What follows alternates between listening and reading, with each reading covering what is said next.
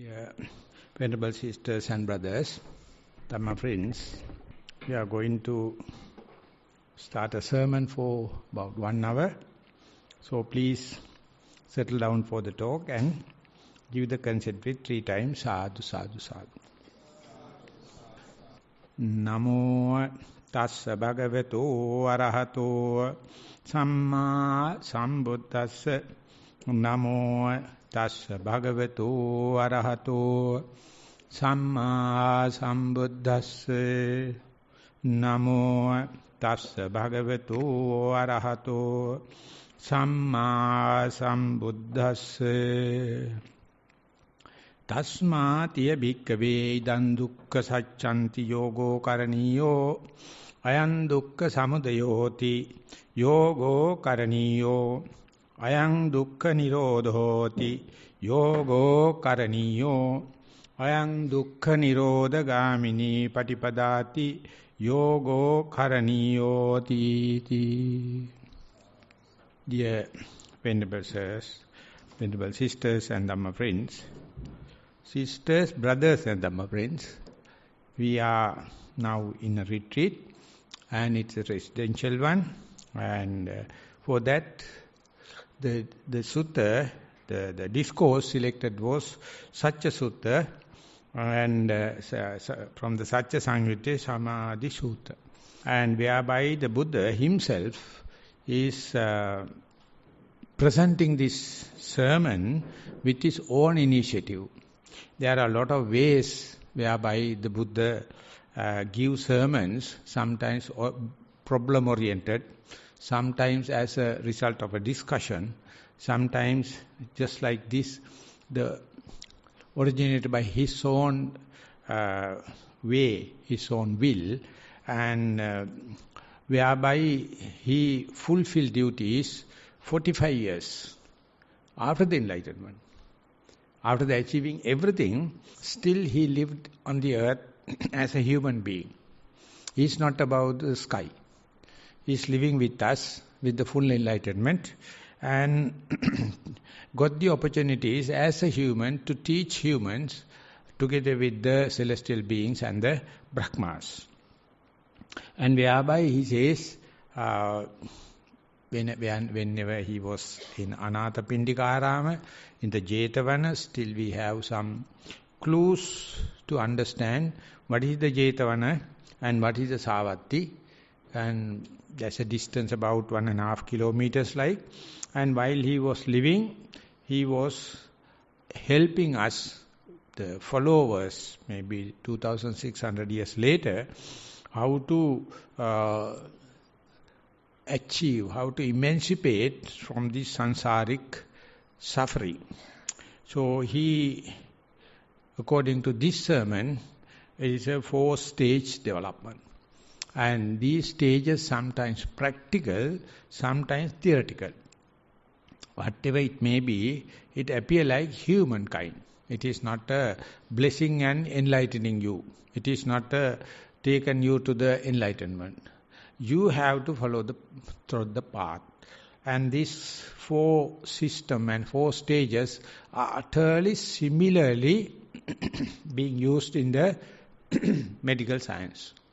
You have to understand the disease. I mean diagnosis. And then you have to understand the root cause. You have to understand which germ, which virus, which fungus, and what kind of malnutrition is causing this disease. So this is the first and foremost way. Before the cure, you must understand it. And then the third one is whether it is curable or not. Some diseases are not. Then you have to just simply accept it. But the present day health science never ready to accept it. They take the responsibility. Every diseases we can cure, and we are the omnipotent and omnipresent like. So COVID came, all these are bragging was completely reduced to 0. Utterly lost. But here, this disease is sansaric disease. Sansara roga. 4 diseases. The birth, the old age, some diseases and the death. There are 4 samsaric diseases no one can cure by the medical science, by the materialistic way, by the worldly matters. But the Buddha is telling the samsaric suffering he can cure, and what is the way out is discussed in the 4th Noble Truth, Nirodha Satya.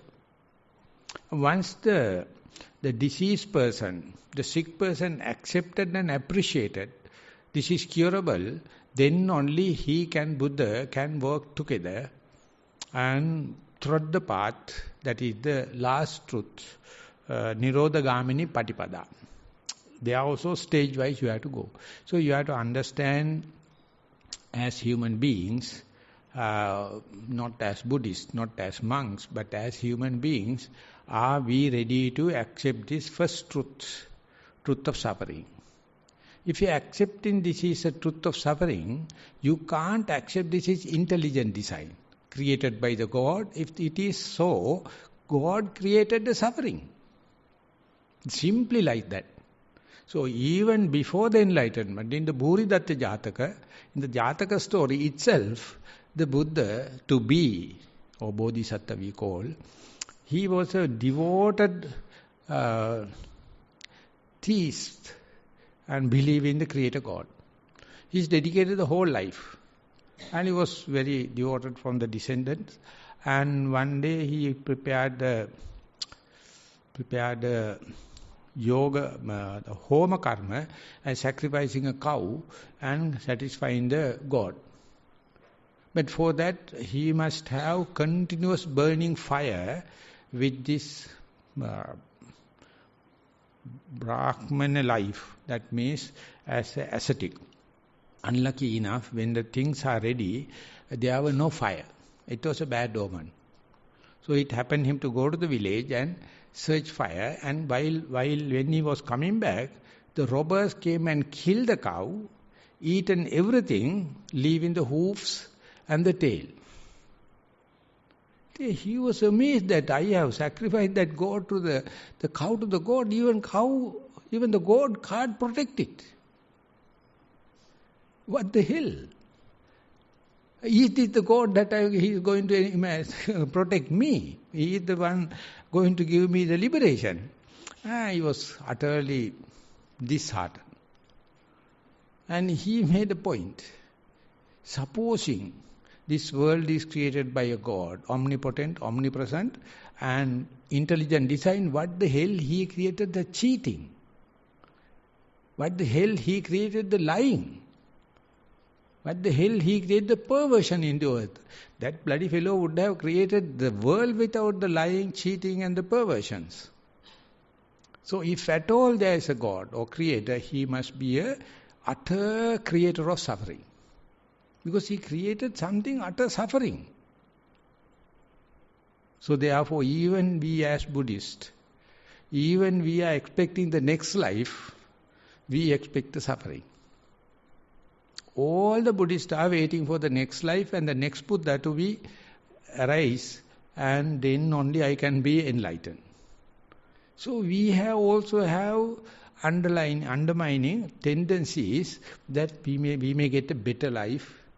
In the next life, we will be in the celestial being, we will be in the Brahma plane, or we will be the Kingsley family, or we will be the rich family. So this is exactly the same. Even at the Bhuridatta Jataka, the Bodhisattva declared, each and every Buddhist have some expectation. So much so they are suffering. So Nirodha means, the Nirodha Satya, the 4th Noble Truth, the truth of cessation, means cessation or wearing and tearing off of your wish, and cessation of your will, cessation of your expectation, cessation of your demands. Not a single Buddhist is with that kind of a clarity. They always have, by practicing this, I may get this and that and so much of things. So during the time of the Buddha, There was one devoted Upasika, that means a devotee, the female devotee, Visakha. Visakha was preparing a huge building like that and asked the Buddha to live and offered, called Purvarama. And her household itself is having a dining hall. 1,000 monks at any time visit there, and prepared meals are there, prepared seats are there, or evening, anything you need, you can go there.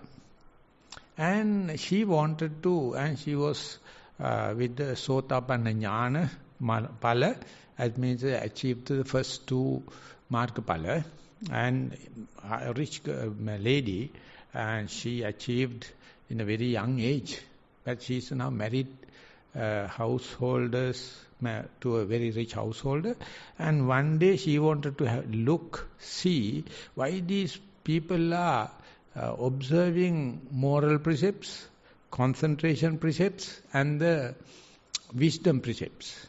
She asked females, girls and middle age and the old age, I will give the full day treatment and we'll go practice under the Buddha. As in Sri Lanka we have Uposatha day. And after doing, she did a social survey. As the youngest girls, now you are coming and practicing whole day with white clad and precepts holding, and what is your expectation? And youngest one told, may I get marriage before I become too old.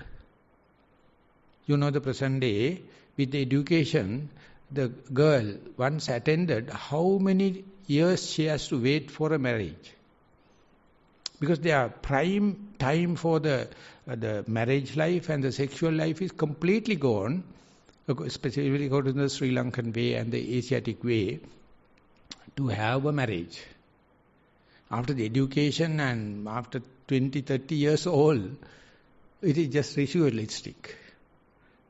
So they are practicing, they are observing precepts, allocating time just to get the marriage on time. Because parents are always looking at the caste and the rich person and the characters and all the kind of thing.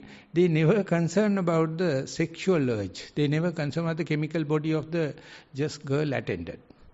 And parents think that it is not done. Soon after the attending, marriage is not done like. But all the animals are doing the same thing. But human parents are not happy. Therefore, young girls go to the Buddha and practice because they want to have the early marriages. Then she went to the middle age, just married females, and asked, thank you very much for you coming to this one-day retreat and you are practicing. What is the purpose of your practice of this restraint? She says, I always wish, may my husband not go for other women. That's my prime objective in this very life. That's why I am practicing, very serious. And otherwise, the males are unbelievable and they are married to me, but he may be looking after the other this thing, and I have no rights because according to the present situation, the male-dominant society. Though my whole practice is to, may not my husband look into other females or prostitutes.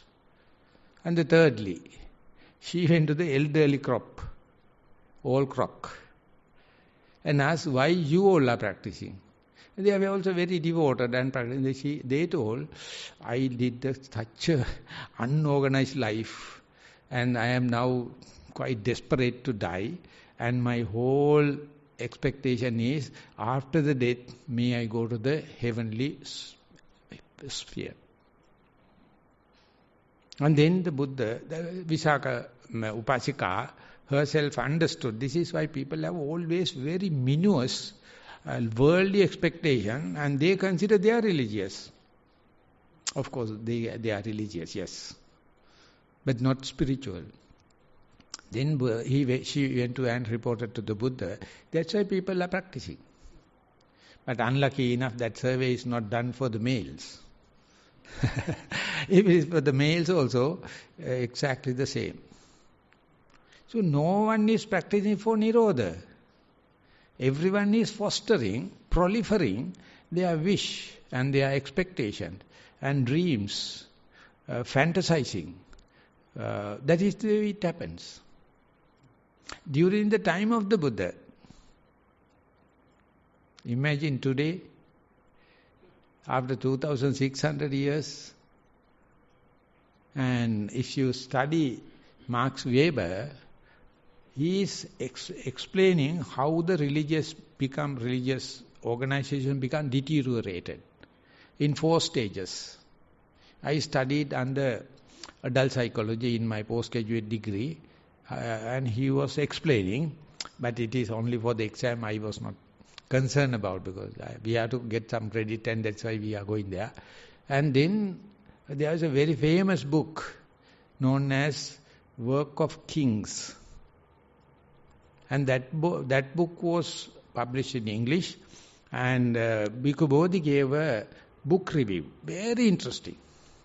And I read the book, the article appeared in the Daily Mirror, half page.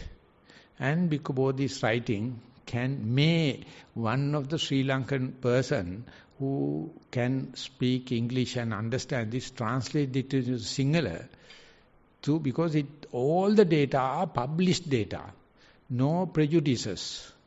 The writer is Seneviratne, he is from the Hawaii University, Sri Lanka. Earlier there was yet another one, Betrayal of Buddhism, same trend. Betrayal Buddhism was banned in Sri Lanka. Before banning, may I translate it? So I just wanted to read the book. So I borrowed it from Bhikkhu Bodhi when he was in BPS. And he told Dhammaji, after reading, please return. But don't read the first 3 chapters, because it is talking about the religious history. So I read it also anyway. And Max Weber is quoted and 4 stages are given. That my example I gave is not after the time period. I was citing example while the Buddha was living. Why people are practicing? Why people are doing a job? Why people are educating, learning? Why people are developing skills? Always, according to Karl Marx, sex. That's why they are learning. That's why they are earning money. That's why living livelihood. Never about emancipation. But the Buddha says it is basically sense pleasure. In that sense, animals and the human, no difference. Ahara nidra bhayame tunancha narana metam pashur samana. Dharmena tesha madiko vishesha dharmena hina pashur samana. Human beings and the animals, they have 4 instincts. Food, ahara. Second thing is safe sleep. They are preparing dens and the caves and the cages and the household to sleep. There is so much of fear. Then fear. The whole attire, whole animal kingdom is adjusting to the nature and livelihood. Everything is, they are completely backed by fear or hate. And the last one is maituna, that is copulation. These 4 are common to the animal and the human being. But the only human get a special treatment and they get the option, they get Dhamma. They get the universal law. The Buddha appears and he declares it. And there are some monks, nuns, and they are practicing it. And that is exclusively for monks, the humans. And just today, if you take a population of the monks and the nuns, hardly anyone is practicing. They are claiming, I am the leader and I am the going to do it, I do this and that. Lucky or unlucky enough, present day, lay people practicing more than monks. Therefore, they are in utter depression, utter inferiority. I am a monk, I accept it. Because they are not addressing, they are not applying their life to the Dhamma. So, even if it is an endowment, it's a birthright. We are born lucky to have Dhamma or the universal law. If as far as we are not practicing, we are again like animals, reptilians, and just like dragons, just like Nagas. So I am reading that kind of a literature all the time. Why these people are having so much of wars? Why people are making this universe so hot, global heating? And why so much of internal and external pollution? Why human beings are sexually abuse young children? It's ever increasing. Enough data. No one can stop it. We are in the worst episode now. No one think even to the cessation of this suffering or human craftsmanship and creativity to have that kind of a sensual pleasure. And all the technologies, all the multi-million companies, all the multinational companies are promoting it. But they are not banned.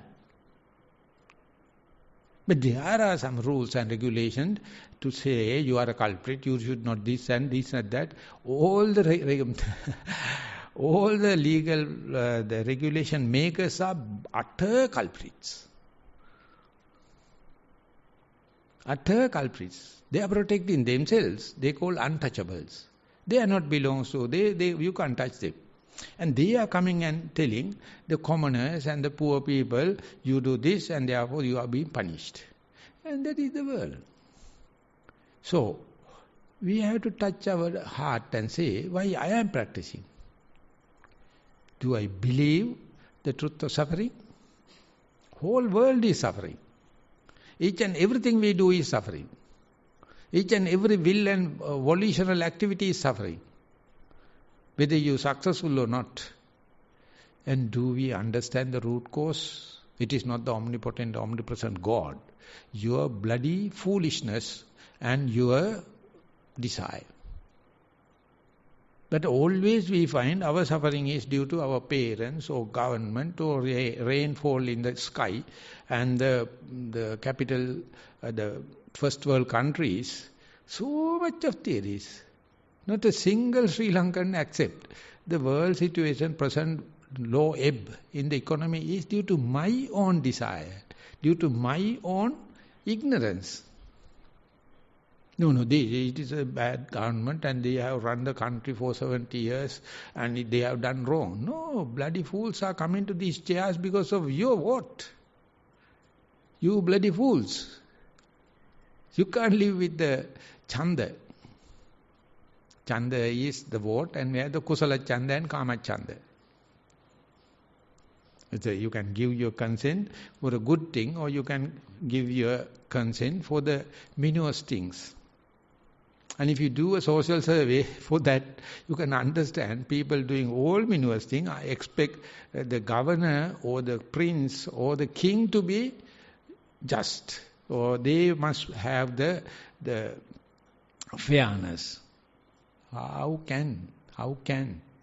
So therefore, if you need liberation, if you need, the emancipation, only you can do it despite whatever the corruption in the world. Despite whatever the social corruptions, still you have a chance. Still you are not too late. So that's why I thought of sharing. Even the world is corrupted. Even the governance bodies are corrupted. Even the world world politics are corrupted. And we are born to that world, world of suffering. We have a silver line in the dark cloud. And how can I think about the cessation? On the theoretical basis, on the deductive and the rational basis, inferential basis. Am I believing that my liberation is within me? I have done so much according to this way of practicing, and still I have to do more.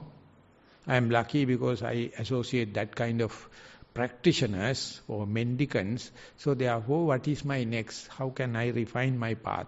How can I go to the least frictional path? How can I go to the comfort zone? We have enough tools. We have enough tools. But I am not going to talk about the tools. I am telling, am I ready? Am I prepared for this one? Very difficult to check. My preparedness, how can I verify? Still am I cheating? Still am I trying to satisfy the world and telling that I am a serious practitioner, I am a forest monk and people must come and pay respect to me because I am so and so, like a role play. Oh, I have done so far, how much liberation, how much emancipation under the nose I experienced due to my so and so practices, so much of years and so much of techniques I have used. And what are the best way, most straightforward method? I am not asking the quick results, quick enlightenment. What will be? So if the talk, today's talk is not addressing that, this will be yet another talk. You people are full of Dhamma. You know more than enough. That's the only mistake I find. Many of you are born Buddhist. That is the curse.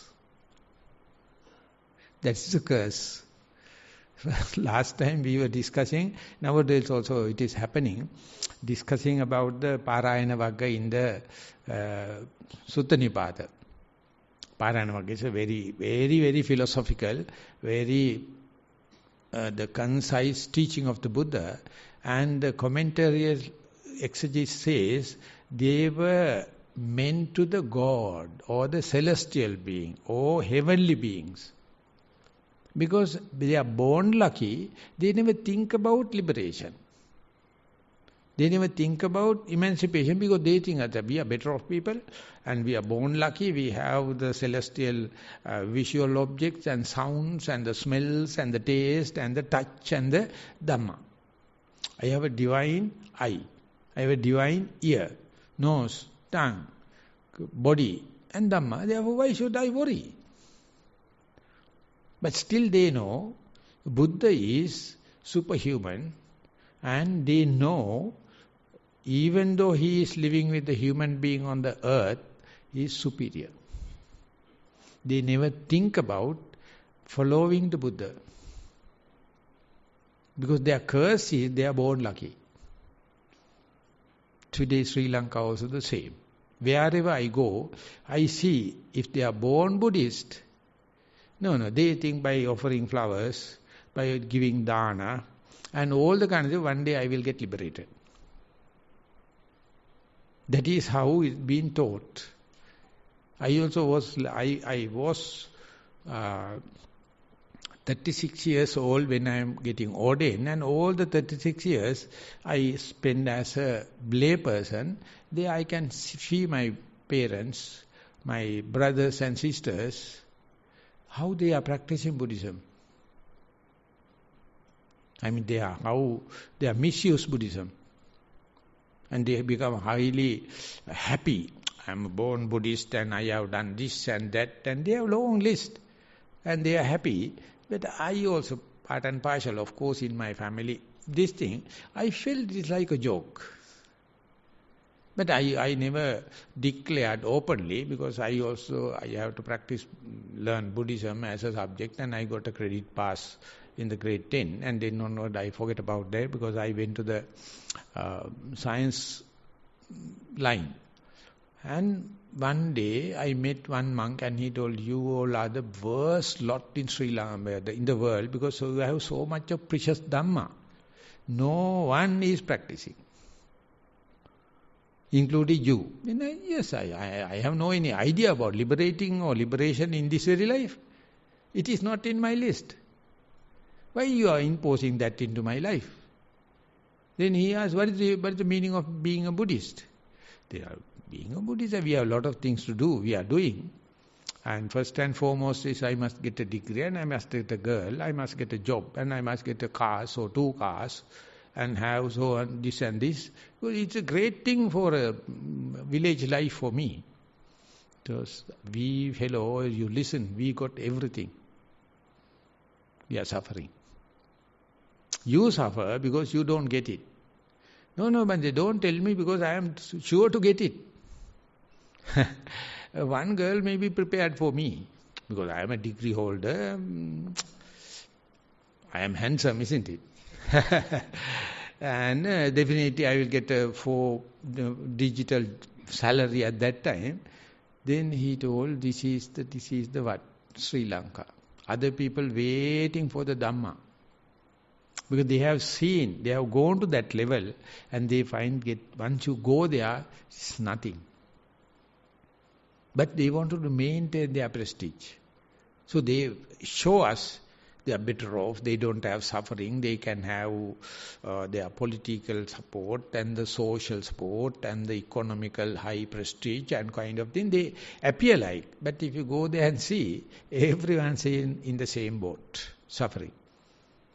So then I told Bhante, yes, you are telling, okay, but you are hitting me too hard, so give me some ammunition. So I also can give an equal fight. Then he told mindfulness. I am not asking too much. Then I told Bhante, don't talk. Because I am a culprit, I have killed enough animals. I have robbed so much of books from the libraries. I don't know why.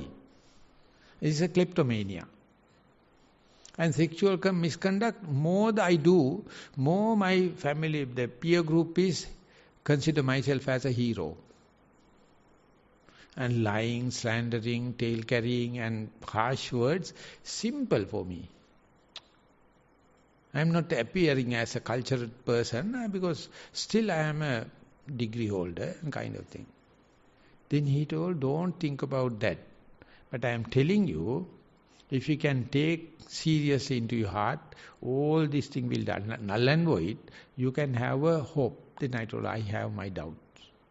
But this is not the way that my parents are teaching us. This is not the way the Sunday school teachers are teaching us.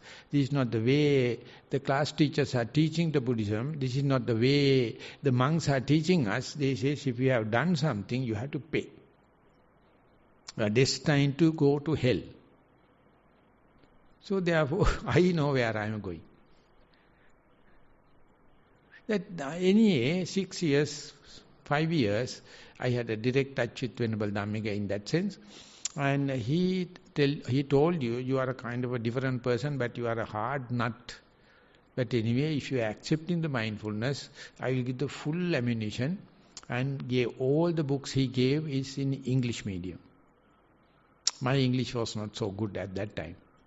But still I was practicing, I was doing my degree and the postgraduate in English medium, because at least that I have to learn. Agriculture is nothing for me because my father is an agriculturist, farmer. So then I found how the hell in Sri Lanka it was such a open issue for people to be mindful, even the king and the subject, even the doctors and the patient, and the teachers and the student. But it has completely gone. How come that?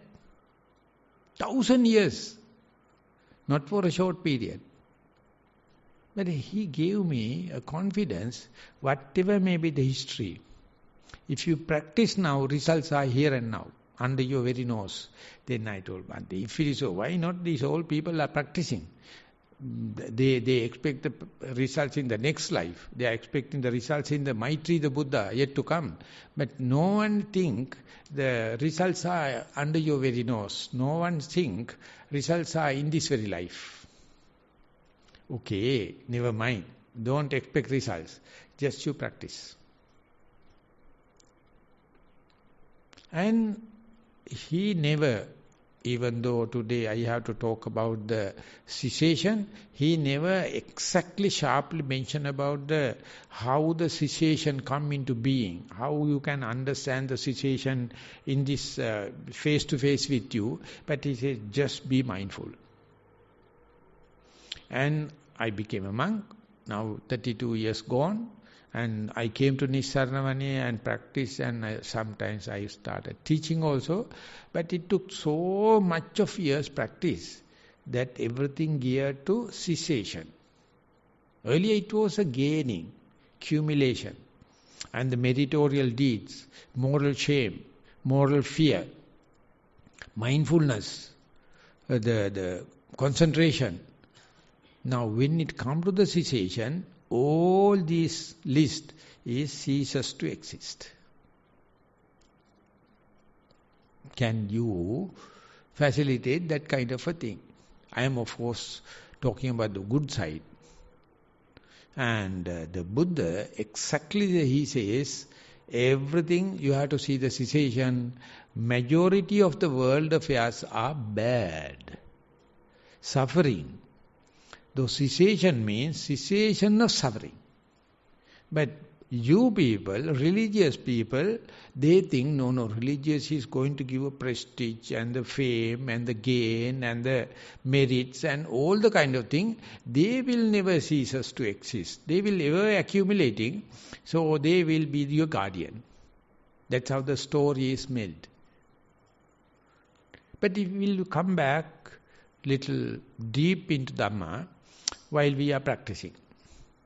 I mean, sitting meditation, for example, breathing, in-breath and out-breath, for example. You know how difficult for us to be aware of the each in-breath and out-breath. Maybe 5 minutes, maybe 5, 10, 20 cycles of in-breath and out-breath. Very difficult. I don't think it is different from the male and female, different from the monks and non-moderate, different from the learned and unlearned, different from the meritorious people and the poor fellows. No, it's difficult. But lucky enough, the today audience is having some examples, having some experience, So whenever you see each and every in-breath and out-breath, that means you have invested some time and you know where to fix the mind, object of meditation, or your pivotal point, or your benchmark. That means we have certain amount of backbone now. We have to maximize it, be with the in-breath and out-breath. So breath cycle is a bell-shaped curve. The starting of the breath is not touchable. You can't feel it. It is below your sensitivity. After certain amount of development and the acceleration and the gaining the energy, only start rubbing against your nostrils, and then you can see the gushing air column coming inside the breath, inside the nostrils. And how does it start? No, you can't feel. It is not your mistake. Because your life is senses-based life. The nose and the smell, touch and the body sensitivity. All these are senses. So come up to the sensuous level or breath, come up to the gaining this thing, it takes long time. Then only you can understand, oh, this is in-breath, not the out-breath. This is not a sound. This is not a tone. This is not a pain. It's a breath. I'm taking an example. And then you can understand this. Still it is gaining the prominency, conspicuousy of the breath, and then start to ceases to exist. And then you lose the attention because senses can't go to the deepest tail end. So after a while you go, using breath is gone, in-breath is finished. And then again the out-breath start, and tip of the iceberg you can see. What is iceberg? You can't see. So therefore, it is not a mistake of a beginner. It is not a mistake of a mendicant. It's a mistake of the teacher. It's a mistake of the teacher. Teacher has to somehow or the other promote, somehow or the other facilitate, just to see even the tip of the iceberg. That's a great achievement. And then you have to say, you see, darling, now you can see breath, 5 breaths, 6 breaths, or 5 minutes, and there you can see it is coming and becoming very prominent and disappearing. And where does it come from and where does it disappearing into? There you have to facilitate. And Buddha himself did this experiment for a long time. And he suggested kind of a tactic. He says, if you are bound to see the in-breath and out-breath, that is a great achievement, but very difficult for your mind to focus into the cessation. Therefore, just see the appearance of the breath, the arising part of the breath, the birth of the breath. So it normally people accept it as an auspicious, good thing, how the things are appearing. We are very happy with the childbirth, even though we are not happy with the death of the child. The appearing part. So therefore, you have to listen carefully. You have to be prepared. Soon the breath start to feel. You have to understand now it is already gathered the momentum, and you were too late. You observe only the breath with the momentum. That means pamada. You are negligent. You are successful yogi, but negligent. Be diligent. You have to catch it. One thought moment before it appears. Now you have to understand, if you are a good cameraman, if you wish to cover, we'll say, a government leader is coming and kind of thing, you can't run behind him. You have to go beforehand and prepare the tripod and fix the camera before the king comes, before the leader comes, and then only you can get how it's appearing, how it's arriving the ceremony. The best example the Buddha given is, we see already arisen sun. And what about the dawn? Before the sun arrives, 30 minutes panoramic thing in the eastern sky.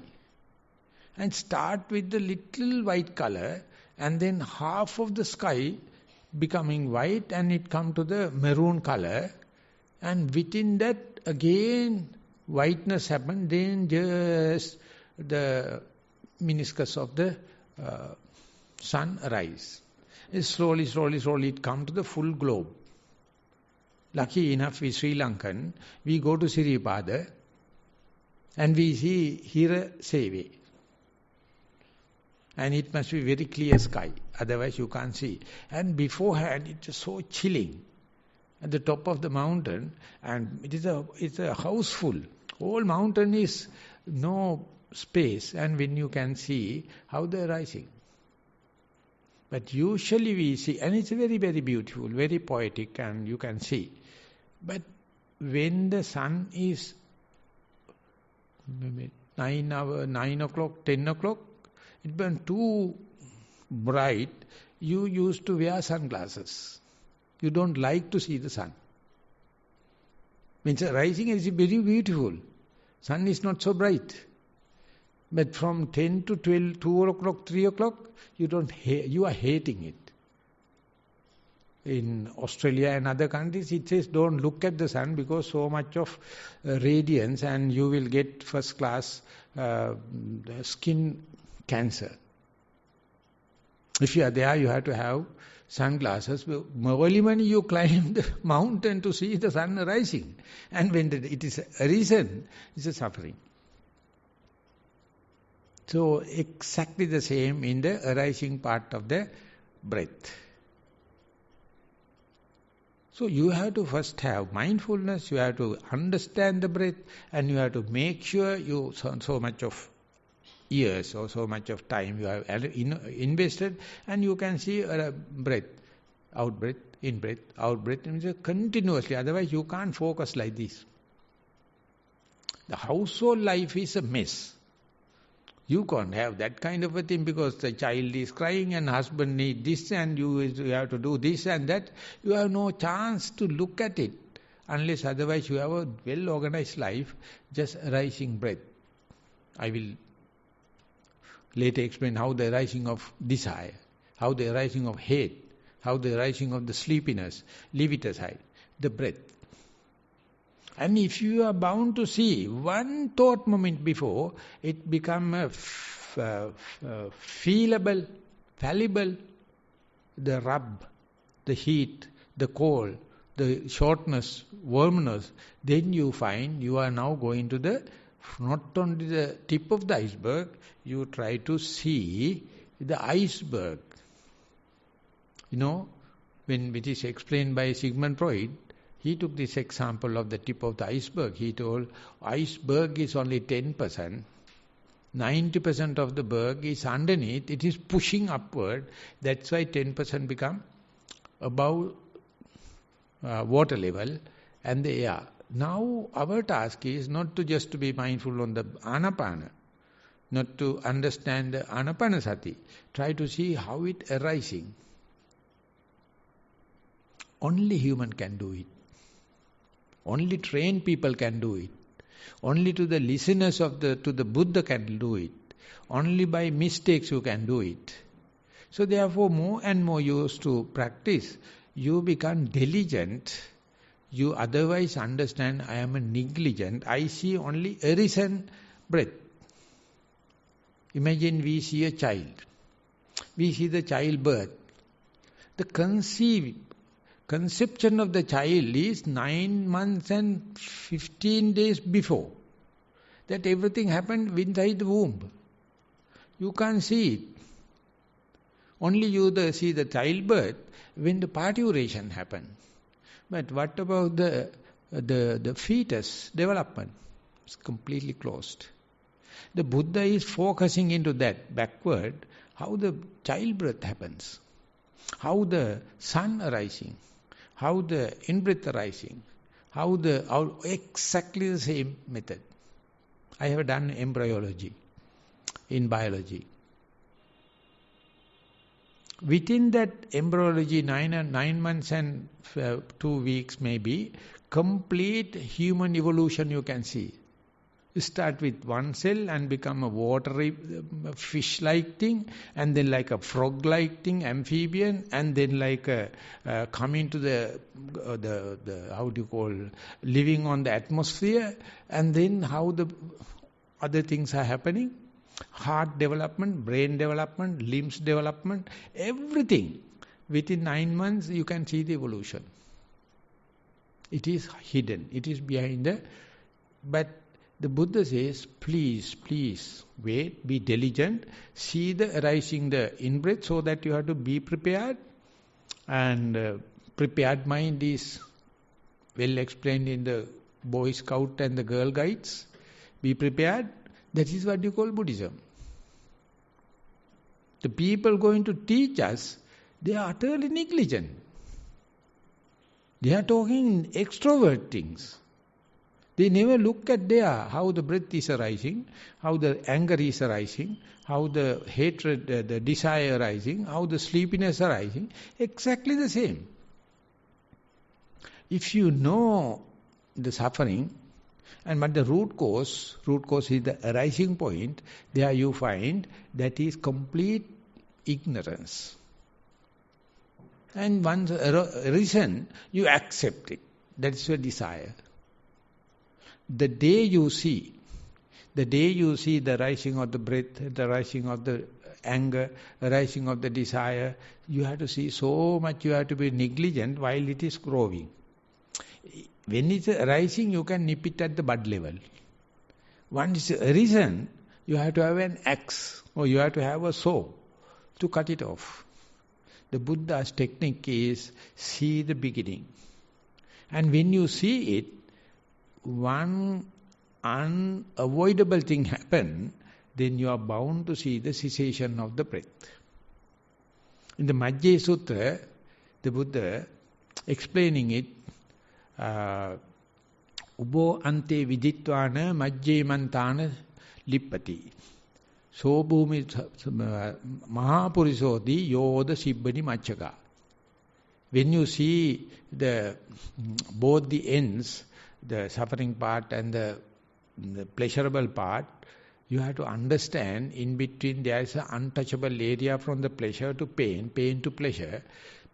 Likewise, in the breath also, there is an unperceivable part in the beginning, the majje mantana lippati. And if you see, now I am a great meditator, not only I see the breath, but I can see the beginning of the breath also, you feel you achieved something like. But that will generally lead, what happened to this erisant thing? It disappears into, that is called cessation.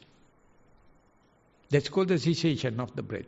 That's called the cessation of if you see the beginning of the hatred, if you see the beginning of the desire, if you see the beginning of the sleepiness, then you can see it's a bright area, and you only can do it because you are mindful and you know the breath, you know the hate, you know the desire, and you go to the root cause, and with the root cause you play. You come to the play of the hate. You come to the play of the desire. You come to the play of the sleepiness. And you come to the play of the breath. And then they are showing the evolution nature and it's disappearing. The Buddha says, appearing part you have so much of discrimination. Appearing parts you have likings and disliking. The day you see the cessation, anything, the cessation is having only the same taste. Nibbana taste. For an example, he says, if you dip your finger into the sea and lick it, always salty. So therefore, don't just be happy with just seeing the in-breath and out-breath. See the beginning, thereby you tune it so that your perceivability, your sensitivity, this thing is becoming very, very, very, very sensitive, beyond the human capacity. Then you can see the arising in-breath, arising out-breath, arising hatred, arising desire, arising all the kind of thing. And then you have to let the play, let the hatred to play, let the hatred desire to play, let the sleepiness to play. Don't hate it. That's the area we call vipassana. Not religious. It is beyond religion. Religious people say, don't accommodate hatred, don't accommodate desire, don't accommodate the sleepiness because it is bad. No, Buddha says you have to see the suffering, you have to see the beginning of the suffering or the root cause of the suffering. Then you go to the third part, the cessation of suffering. You feel so much happy because you are not understanding your mind. You understand human mind. How much our parents are ignorant. How much our religious masters so-called are ignorant. How much our government leaders are ignorant. How much our judges, how much our economic experts, how much our social, they are always to the worldly pleasure. 100%. Outwardly. They don't put themselves into the practice. We feel sorry. They are very poor. But they don't have time for listening to talk like this. Very busy. They consider we are useless fellows. We have no any production. We are just waiting and sitting and anapanasati. We are not doing agriculture. We are not engineering part. We are not creative. We are just rubbish. Because we are eating what is given. It is bad. It's only the beggars can do it. It is not so. That's the world we are born to. That's what we do as a household life. It's a mistake. The Buddha is a king to be. He renunciated, went with the bowl and lived the life 45 years as a beggar. Then he told this is the biggest, the most prestigious job. When Jnanavir is going to say the bowl, is my account balance. Anyone see this bowl, they put something. So he used to go to the bus stand and wait with the open bowl. Then the people come and ask what do you need. They think they need something, food or drinks. He says, I need a bus ticket. They're happy. You go into the bus, this monkey is not using money, please give him a ticket. He says, my bowl, the mouth of the bowl is my account balance. Can you tell your children like this? No, it is not done, isn't it? You must have so much of investment in the bank and the children assurance of the financial guarantee must be there and economical guarantee and political, then not easy. But simply thing they do to you is they hate parents. All the children. I have no fear because I have no children. But more than you, I associate children. They simply hate. But their simple life is polluted due to your vested interest. You think it is my duty to take care of the children. You bloody fellows don't know mindfulness. You all are not contented. You are not happy. You are thinking about the compassion to the others, do this and that. I keep myself away. To end the talk, I would say, I keep mindfulness not with the compassion, but with the wisdom. Sati sampajanya, or mindfulness with the wisdom. So all the people talking about the mindfulness as compassion, I know how to tackle them. Because the arising part of the suffering is mindfulness connected with compassion. It's my theory. I don't accept. I am not telling you to accept it all over, but that is how I am happy. That's how I am healthy. That's why I am practicing day after day. I don't think we can do anything to the others.